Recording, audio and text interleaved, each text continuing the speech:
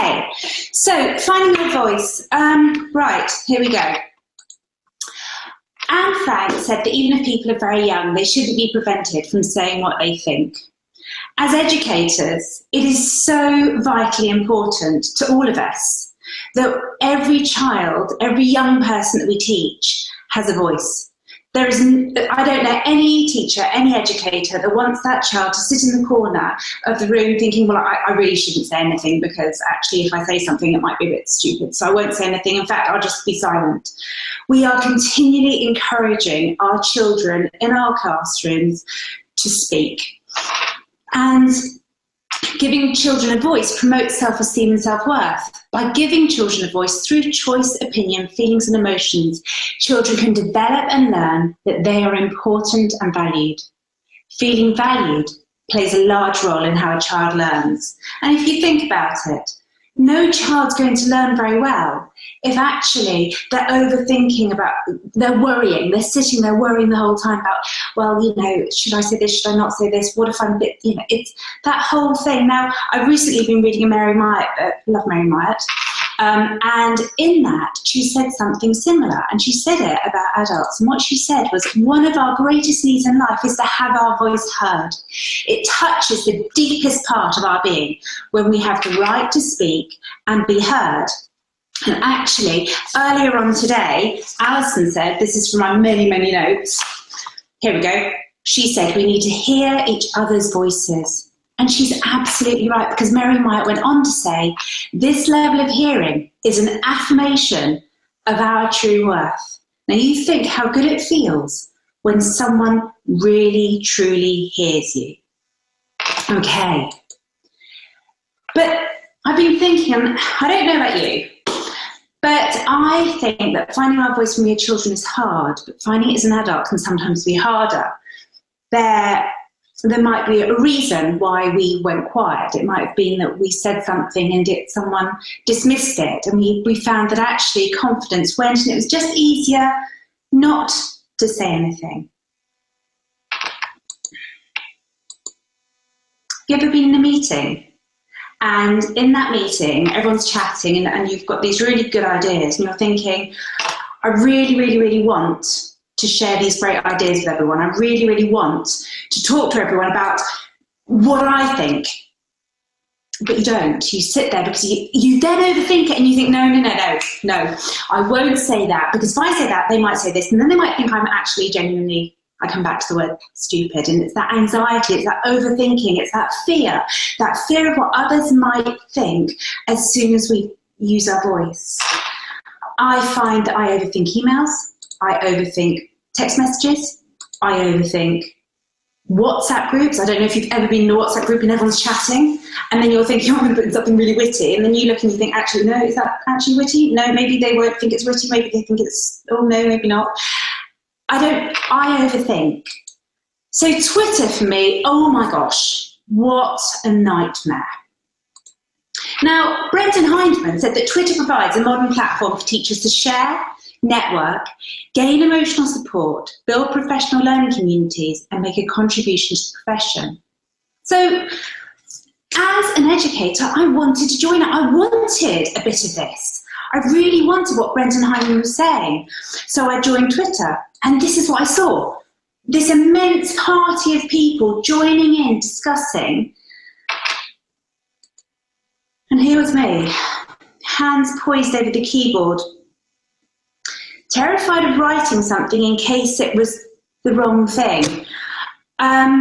I don't know about you, but it's those sort of things where someone says, oh, you know, what book could you recommend for year 6 to read? And I used to think, right, I'm going to recommend this book. I absolutely love it. And then I think, oh no, maybe they won't think that's a great book. Maybe they don't think that's a great author. I won't say that just in case they think I'm not a great educator. And again, it's the overthinking. The other problem I had on Twitter was I didn't know who to follow. I didn't know anyone on Twitter. So actually the idea of who on earth do you follow was really quite tricky, because actually it's fine. If you've got loads of people at your school or loads of people that are recommending, fine. But if you don't, then you're sort of like, right, well, I know a couple of people and they keep popping up and people mention them, I'll follow them, but really hard to make connections. So I discovered the art of retweeting. And I was brilliant. I retweeted everything. I loved retweeting, still do.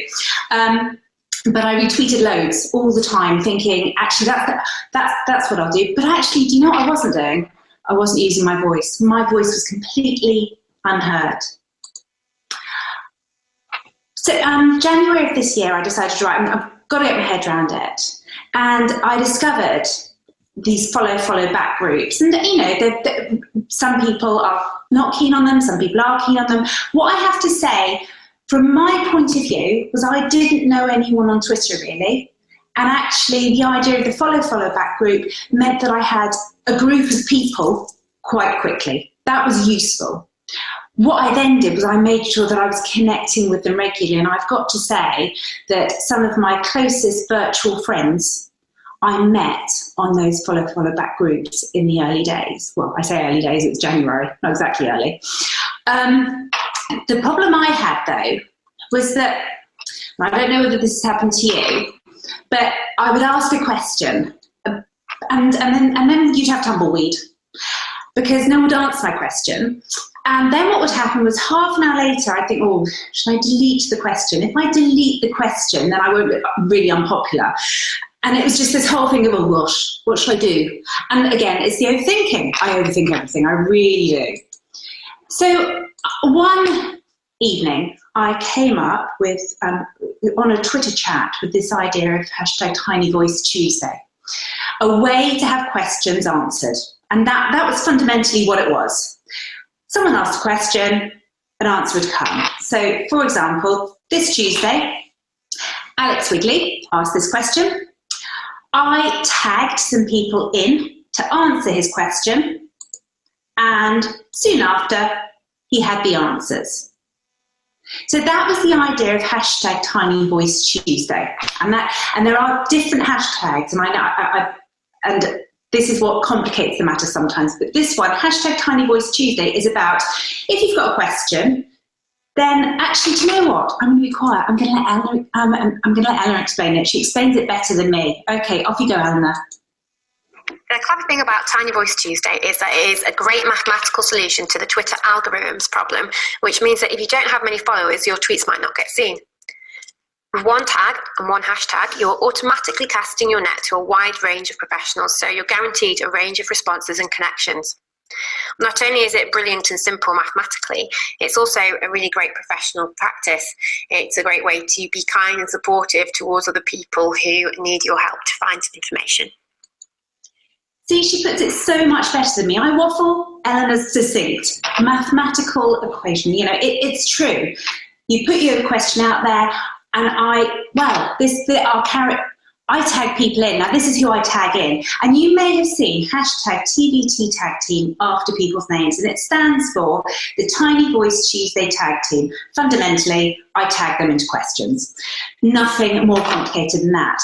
I came up with this idea when I was tagging the same people into the questions, and I was thinking, God, they're genuinely going to hate me eventually if I just keep tagging them into questions. And actually, I needed some specialists. You know, if I was asked to retweet a secondary geography question, well, it wasn't terribly helpful if all I had were people that were really strong in primary but didn't know much about secondary geography. So I put a question out there via my blog, which was, would you join the TVT Tag Team? And that night, or actually, I put it out on the Friday. By the Saturday evening, 160 people had responded to me and said, yes, we'll be in the TVT Tag Team. And I was so excited. Now, I now have 270 in the TVT Tag Team. They range from nursery to Key Stage 5. We've got executive head teachers, we've got teaching assistants, we've got HR professionals, you name it. And if you're listening to this and you think, do you know what? Actually, I think I'd probably be quite good at answering questions too. Then DM me on Twitter and let me know. But let me know your areas of expertise, because you know that makes it really clear for me. But that's basically why people have hashtag TVT Tag Team after their name. It's, you know, and it's no exclusive club. Anyone that feels that they could support and help others can be part of it. Okay, I'm probably waffling on everyone. I'm really sorry. I do waffle. Here we go. So, hashtag TinyVoiceTuesday Unites. And I had to laugh when we were told just to have one hashtag as such in the previous presentation, because I've got 3. Hashtag TinyVoiceTuesday Unites was then created after Tiny Voice Tuesday, because I loved the fact that people were able to put out a question, then I could tag people and get answers. But what I wanted, and it's still purely selfish, people, purely selfish, created purely for me, I wanted a team, a community of people that I could talk learning with. That's what I wanted. I wanted educationalists from across the profession, not just nursery to Key Stage 5, but I wanted them across the profession from every single role in education to be there so I could talk to them and find out and learn and develop my practice. And again, Alison said earlier about being inclusive. And it's about being inclusive and me meeting people that on an average day I would not meet. And I get that through hashtag TinyVoiceTuesday Unites. It's an international movement. We have people there from all over the world, which I love. They range in roles, they range in responsibilities, and you know what? They range in numbers of followers. Some people have very few, some people have thousands. But actually, it's about the fact that what they want to do is they want to be part of a community where actually they feel able to speak, and not, for me, I feel able to say pretty much anything within that stream, even if it's a stupid question that I would worry about. And I feel able to do it because I feel it's a safe space. So basically, if you imagine it's like a community centre. To enter the community centre, you answer, I put a tweet out at 6 o'clock on a Tuesday morning. I had to remember the day there. You'd think all the hashtags would give me a clue. You answer the tweet, and then you are in the community room. And as I say, it's immense. There are so many people there. And and I love the inclusivity of the whole thing and the chats that go on. People ask questions, people answer questions. It's not just really dipping in and out. People are on there a lot of the time during the day just chatting to each other about education. It's phenomenal, and it's been amazing during lockdown, actually. Now, again, I waffle a lot, so I'm going to let Olivia talk for a minute. Okay, here we go. This is what she has to say. I first came across Tiny Voice Tuesday when I joined Twitter for the first time. My school asked me to manage a Twitter account, so I thought that I would make my own teacher version. And what I quickly discovered is that Tiny Voice Tuesday is a great place to ask questions. All of my questions were answered and lots of support was given. And then it also empowered me to have a voice to start supporting others and really have confidence in my experience and what that can mean to other people within the Twitter community. Thank you, Olivia. And now over to Lee. Here we go. A school leader and a fairly active member of Twitter, I found that Tiny Voice Tuesdays supported me in sort of 2 ways, really. Firstly, it's helped me broaden my connections, connected with people I haven't in the past. And secondly, that support network that I found, if I just need to drop a question in there, there's very quick answers and lots of support. My network has grown, and I now have a lot of people who are my go-tos within sort of the Twitterverse, really. Thank you very much, Lee. So as you can see, it is all about inclusivity and meeting people that you wouldn't normally meet on a daily basis, and come along, join in. And my tweet looks relatively like this. It has this picture. I put this, and you just answer. You reply to my tweet. Please don't stand outside there, but just so that some people answer elsewhere. Don't come in, join us. People want to talk. Okay. Now, if this was my daughter created this video for me, so I asked a question the other day, which is, what do you think of the hashtag Tiny Voice Tuesday Unites community? And these were the answers. Now, can I get it to work? No.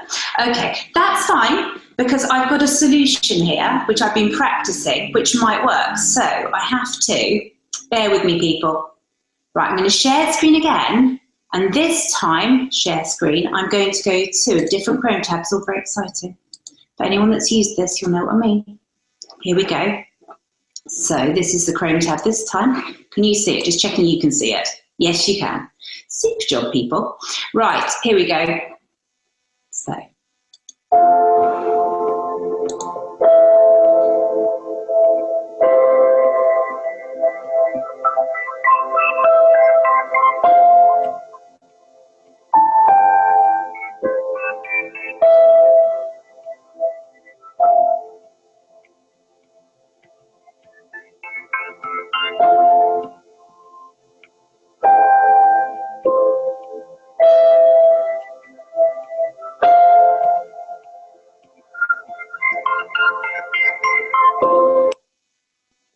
I'm so pleased I got to share that.